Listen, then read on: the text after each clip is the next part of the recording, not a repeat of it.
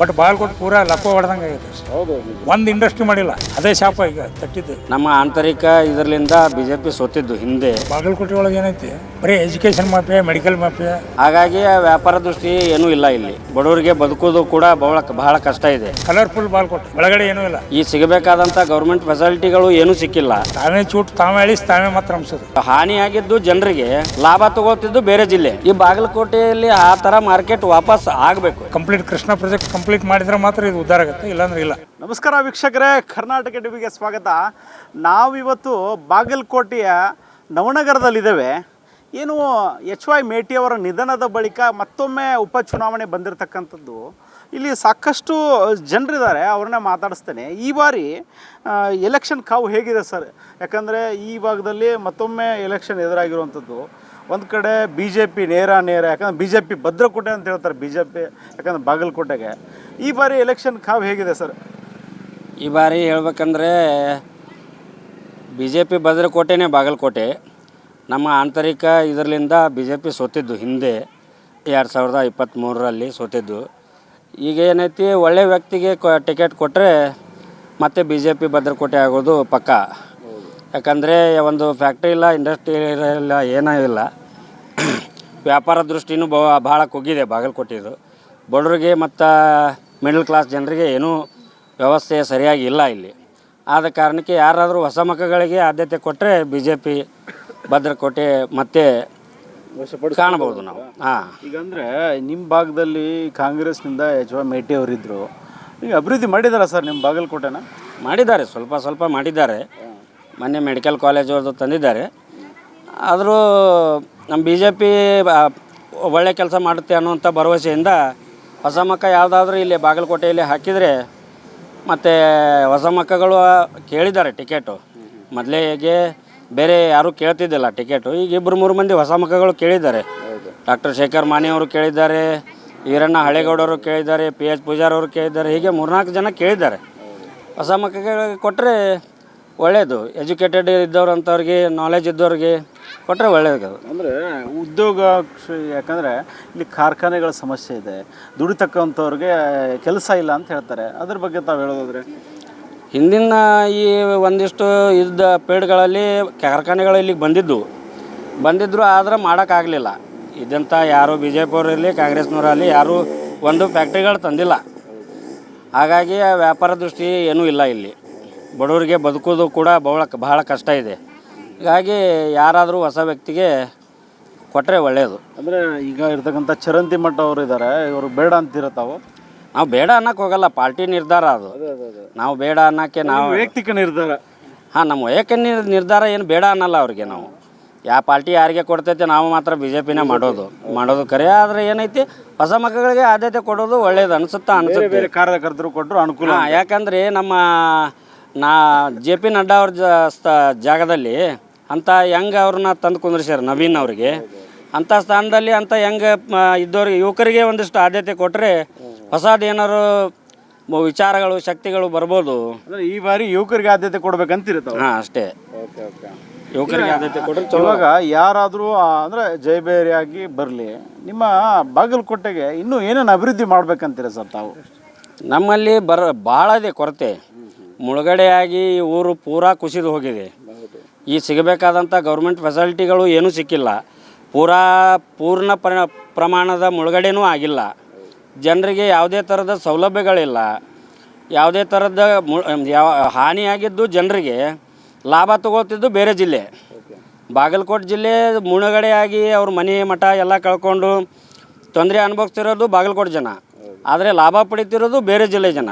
ಅದನ್ನು ಸರ್ಕಾರ ಮನಸ್ಸಿನಲ್ಲಿ ಇಟ್ಟುಕೊಂಡು ಇವು ಬೇರೆ ಜನರಿಗೆ ಆಗಿದ್ದ ಲಾಭ ಅನ್ನೋ ಬಾಗಲಕೋಟೆ ಜನರಿಗೆ ಹೆಲ್ಪ್ ಆಗುವಂಗೆ ಏನಾರು ಮಾಡಿದರೆ ಉಪಯೋಗ ಆಗುತ್ತೆ.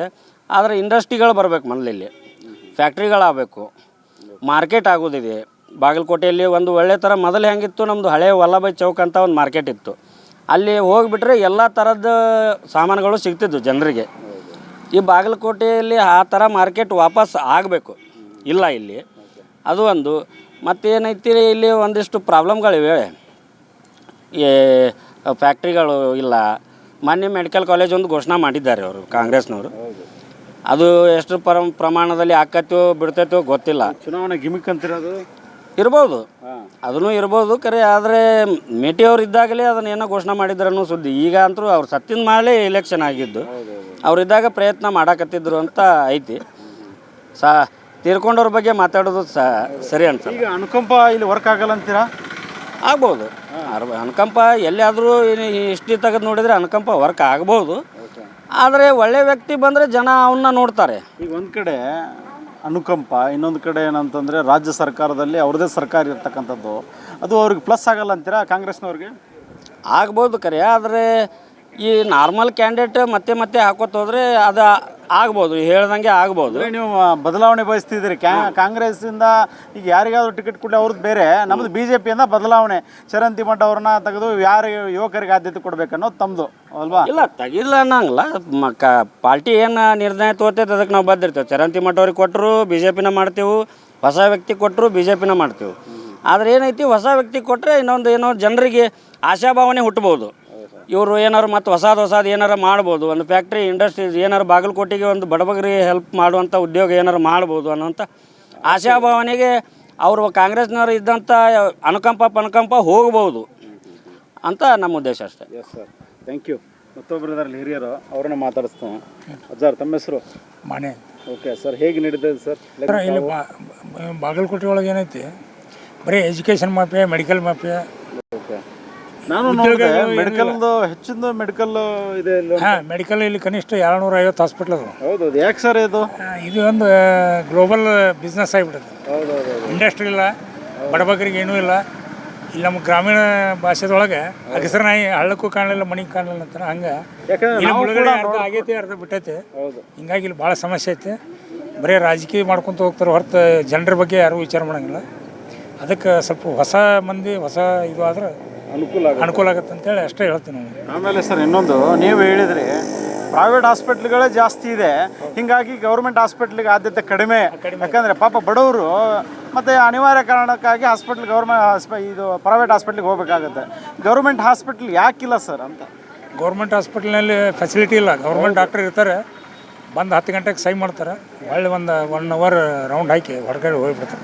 ಓಕೆ, ಮತ್ತು ಬೇರೆ ಪ್ರೈವೇಟ್ ಹಾಸ್ಪಿಟ್ಲ್ ಪ್ರಾಕ್ಟೀಸ್ ಮಾಡೋಕೆ ಹೋಗ್ತಾರೆ. ಬಟ್ ಬಿಜಾಪುರ ಡಿಸ್ಟಿಕ್ನಲ್ಲಿ ಗೌರ್ಮೆಂಟ್ ಹಾಸ್ಪಿಟ್ಲ್ನಾಗೆ ಎವ್ರಿ ಡೇ ಮಿನಿಮಮ್ 2000 ಪೇಷಂಟ್ಸ್ ನೋಡ್ತಾರೆ. ಇಲ್ಲಿ ಬಾಗಲಕೋಟೆ ಒಳಗೆ 200 ಪೇಷಂಟು ನೋಡೋಕ್ಕಾಗಲ್ಲ. ಅದನ್ನು ಜನನಾಯಕರು ಹೇಳಲ್ವಾ ಸರ್ ಅದಕ್ಕೆ? ಅದಕ್ಕೆ ಏನಿಲ್ಲ, ಎಲ್ಲ ಮಾಫಿಯಾ ಅದ. ಅವರು ಇದರಲ್ಲಿ ಶಾಮಿಲಿದ್ರೆ ಎಲ್ಲರೂ ಅದ.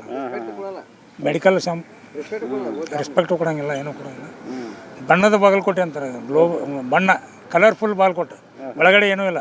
ಕೆಲವೇ ಜನರಲ್ಲಿ ಹಿಡ್ತಾ, ಕೆಲವೇ ಜನರಲ್ಲಿ ಫೈನಾನ್ಸ್, ಕೆಲವೇ ಇದು ಬರೀ ಮಾಫಿಯಾ. ಮುಳುಗಡೆ ರೊಕ್ಕ ತೊಗೊಳೋದು, ಏನೂ ಬಡವ್ರಿಗೆ ಏನೂ ಉದ್ಧಾರ ಮಾಡೋಂಗಿಲ್ಲ, ಏನಿಲ್ಲ.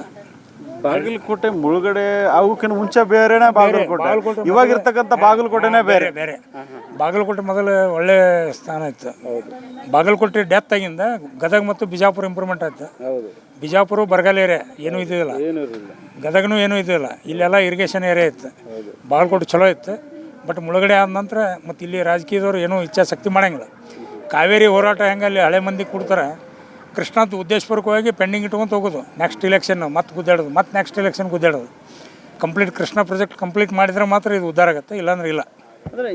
ಉತ್ತರ ಕರ್ನಾಟಕ ರಾಜಕೀಯ ಯಾವುದೇ ಪಕ್ಷದವರು ಇರಲಿ, ಕೃಷ್ಣ ಪ್ರಾಜೆಕ್ಟ್ ಕಂಪ್ಲೀಟ್ ಮಾಡೋಕ್ಕೆ ಇಚ್ಛಾಶಕ್ತಿ ತೋರಿಸುತ್ತಿಲ್ಲ. ಎಲ್ಲದರಲ್ಲೂ ರಾಜಕೀಯ ಮಾಡ್ತಾರೆ.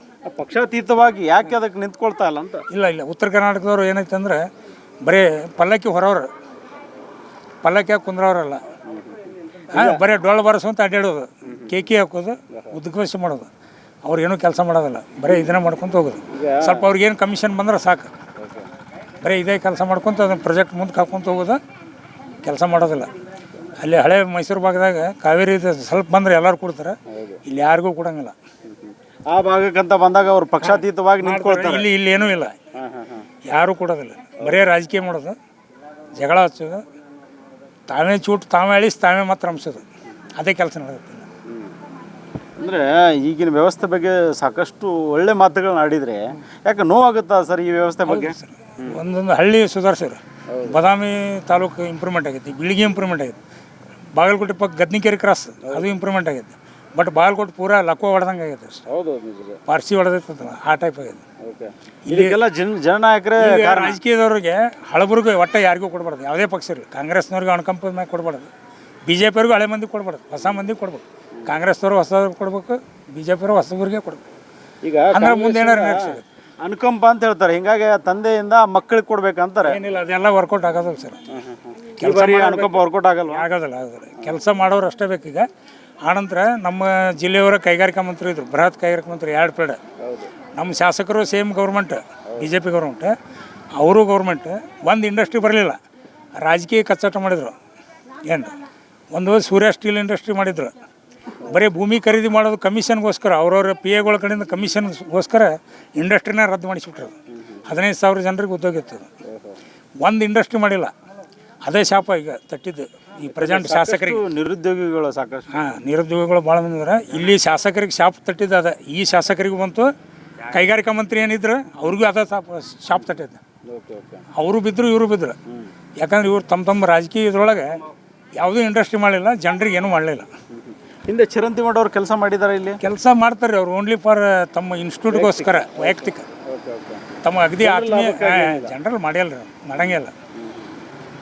ನಮ್ಮನ್ನೇನು ಜನರಿಗಾಗಿ ದುಡಿತಕ್ಕಂಥ ನಾಯಕರೇ ಇಲ್ವಾ ನಿಮ್ಮ ಭಾಗದಲ್ಲಿ? ಮಾಲ್ಕೋಟೆ ಯಾರು ಇಲ್ಲ. ಅದು ಹೆಂಗೆ ಸರ್ ಮುಂದೆ ಹೆಂಗೆ? ಅದೇ ಹೊಸಬ್ರಿಗೆ ಕೊಡ್ಬೇಕ್ರಿ ಸರ್. ಯಾರಿದ್ದಾರೆ ಸರ್ ಅಂತ ಹೊಸಬ್ರು? ನಾವು ಹೇಳಂಗಿಲ್ಲ ಸರ್. ಅವ್ರು ರಾಜಕೀಯದವ್ರು ನೋಡ್ಬೇಕು, ಅವರ ಮಾಡ್ಬೇಕು. ಹೊಸಬ್ರಿಗೆ ಅವರ ಕೊಡ್ಬೇಕು. ಒಟ್ಟು ಯಾವುದೇ ಪಕ್ಷ ಇರಲಿ ಹೊಸಬ್ರಿಗೆ ಕೊಡ್ಬೇಕು. ಈಗ ಆಯ್ತು ಸರ್, ನೀವು ಹೇಳ್ದಾಗೆ ಯಾರಿಗೆ ಅವ್ರು ಕೊಟ್ಟು ಆದ್ಯತೆ ಯಾರೋ ವಿನ್ ಆದ್ರು, ಅವ್ರು ಮುಂದೆ ಮಾಡ್ಬೇಕಂತ ಕೆಲಸಗಳು ಏನು ಸರ್ ಮುಖ್ಯವಾಗಿ? ಅವ್ರು ಏನಿಲ್ಲ, ಇಂಡಸ್ಟ್ರಿ ತರ್ಬೇಕ್ರಿ. ಆನಂತರ ಸಂಪೂರ್ಣ ಮುಳುಗಡೆ ಮಾಡ್ಬೇಕು. ಆನಂತರ ಸಣ್ಣ ಪುಟ್ಟ ಇಲ್ಲೇ ಮೇಲೆ ಕೋಮು ಗಲಿಬೇಕು, ಅವನ್ನೆಲ್ಲ ಹತ್ತಿಕ್ಬೇಕು. ಅಂದ್ರೆ ಮೊನ್ನೆ ತಾನೇ ಕೋಮು ಗಲಭೆ ಆಯ್ತು ಸರ್, ಅಂದ್ರೆ ಏನು ಉದ್ದೇಶ ಸರ್ ಅದು? ಅದು ನಮಗೆ ಸರಿಯಾಗಿ ಗೊತ್ತಿಲ್ಲ ಸರ್. ಯಾಕಂದ್ರೆ ಅದೆಲ್ಲ ರಾಜಕೀಯ ಇರ್ತಾವೆ. ನಾವೇನಾರು ಮಾತಾಡಿದ್ರೆ ನಮ್ಮನ್ನು ಪಾಯಿಂಟ್ ಔಟ್ ಮಾಡ್ತಾರೆ. ಹೌದು, ನಿಜ. ಹಿಂಗಾಗಿ ನಾವೇನು ಹೇಳಂಗಿಲ್ಲ. ಇಲ್ಲ ತೊಂದರೆ ಇಲ್ಲ. ಯಾಕಂದ್ರೆ ಇದು ರಾಜಕೀಯಕ್ಕೆ ಕಷ್ಟ ಬರೋಣ. ಈಗ ನೀವು ಅನ್ಕೊಂಡ ಹಾಗೆ ನಾಯಕರು ನಿಮ್ಮ ಭಾಗದಲ್ಲಿ ಯಾರಿದ್ದಾರೆ ಹೆಸರು ಹೇಳ್ಬೋದು? ಅದು ಯಾರು ಇದ್ರು ಸರ್? ಸರ್ನಾಯಕರು ಚಲೋ ಇದ್ರು, ಕೆಲಸ ಮಾಡಿದ್ರು. ಮೇಟಿಯವರು ಮೊದಲು ಫೀಲ್ಡ್ ಮಾಡಿದ್ರು. ಚರಣ್ ತ್ರಿಮಠರು ಮಾಡ್ಬೇಕಂತ ಪ್ರಯತ್ನ ಮಾಡಿದ್ರು, ಬರೀ ರೋಡ್ ಮಾಡಿದ್ರು, ತಮ್ಮ ಕಾಲೇಜ್ ಇಂಪ್ರೂವ್ಮೆಂಟ್ ಮಾಡ್ಕೊಂಡ್ರು. ಕೆಲವೊಂದು ತಮ್ಮ ಅಗದಿ ಆತ್ಮೀಯ ಇದ್ದವ್ರಿಗೆ ಒಂದು ಸ್ವಲ್ಪ ಹೆಲ್ಪ್ ಮಾಡಿದ್ರು. ಬಟ್ ಜನಸಾಮಾನ್ಯರಿಗೆ ಏನೂ ಮಾಡಿಲ್ಲ. ಒಂದು ಇಂಡಸ್ಟ್ರಿ ತಂದಿಲ್ಲ, ಅದ ಒಂದು ಬೃಹತ್ ಕೈಗಾರಿಕಾ ಮಂತ್ರಿ ಅವ್ರ ಪಕ್ಷದವ್ರ, ಇವರು ಮಿನಿಸ್ಟ್ರ್, ಇವರು ಇಬ್ಬರು ಹೊಂದಾಣಿಕೆ ಆಗಲಿಲ್ಲ, ಏನೂ ಮಾಡಲಿಲ್ಲ. ಮಾಡಿದ್ದು ಬಂದಿದ್ದು ಸ್ಯಾಂಕ್ಷನ್ ಆಗಿದ್ದು ಸಹಿತ ತರಲಿಲ್ಲ. ಅದೇ ಶಾಪ್ ಇಬ್ಬರಿಗೆ ತಟ್ಟು ಇಬ್ಬರು ಬಿದ್ದರು. ಈ ಬಾರಿ ಹೊಸ ಮುಖ ಬಯಸ್ತಾ ಇದ್ದೀರಿ ತಾವು ಕೂಡ? ಯಾರು ಬೇಕಾದ್ರಲ್ಲಿ ಹೊಸಬ್ರು ಬಂದರೆ ಸ್ವಲ್ಪ ಕೆಲಸ ಮಾಡ್ಬೋದು ಅಂತ ನಮ್ಮ ವೈಯಕ್ತಿಕ. ನಾವು ರಾಜಕೀಯ ಮಾಡೋದಿಲ್ಲ, ಸುಮ್ಮನೆ ನೀವು ಸಿಕ್ಕಿರಲ್ಲ. ನಿಜ. ಆಮೇಲೆ ನಾನು ವೈಯಕ್ತಿಕವಾಗಿ ಕೇಳ್ತೇನೆ, ಈ ಕಾಂಗ್ರೆಸ್ಸಿಂದ ಗ್ಯಾರಂಟಿ ಯೋಜನೆಗಳು ಮಾಡಿದಾರ, ಅದು ಜನರಿಗೆ ಅನುಕೂಲ ಆಗಿದೆ ಅಂತ ಸರ್? ಒಂದು ನಾಣ್ಯಕ್ಕೆ 2 ಮುಖ, ಒಂದು ಚಿತ್ತ, ಒಂದು ಪಟ್ಟ, ಒಂದು ಹೆಡ್, ಒಂದು ಟೇಲ್. ಯಾವುದೇ ಪಕ್ಷದವ್ರು ಏನೋ ಮಾಡಲಿ, ಕೆಲವು ಜನಕ್ಕೆ ಇಷ್ಟ ಆಗುತ್ತೆ, ಕೆಲವು ಜನಕ್ಕೆ ಇಷ್ಟ ಆಗೋಲ್ಲ. ಇವ್ರು ಮಾಡಿದ್ದು ಅವ್ರಿಗೆ ಇಷ್ಟ ಆಗುತ್ತೆ, ಇವ್ರಿಗೆ ಇಷ್ಟ ಆಗುತ್ತೆ. ಅದಕ್ಕೇನು ಅದಲ್ಲ ನಿಮ್ಮ ವೈಯಕ್ತಿಕ ಅಭಿಪ್ರಾಯ ಸರ್? ಅದಕ್ಕೆ ವೈಯಕ್ತಿಕನಕ್ಕೇನು ಸರ್, ಬಡವರಿಗೆ ಅನುಕೂಲ ಇರಲಾರ್ದವ್ರಿಗೆ ಪ್ಲಸ್ ಪಾಯಿಂಟ್, ಅನುಕೂಲ ಇದ್ದವ್ರಿಗೆ ಮೈನಸ್ ಪಾಯಿಂಟ್. ಅದರಿಂದ ಮತ್ತೆ ಕುಂಠಿತ ಆಗ್ಲಿಕ್ಕೆ ಕಾರಣನೇ ಗ್ಯಾರಂಟಿ ಯೋಜನೆ ಅಂತಾರೆ. ಹಂಗೆ ಹೇಳ್ತಾರೆ ಸರ್. ಮಾಡ್ಬೋದಾ? ಸಾಕಷ್ಟು ಅಭಿವೃದ್ಧಿ ಮಾಡ್ಬೋದಾ? ಮನಸ್ಸು ಮಾಡಿದ್ರೆ ಮಾಡ್ಬೋದು.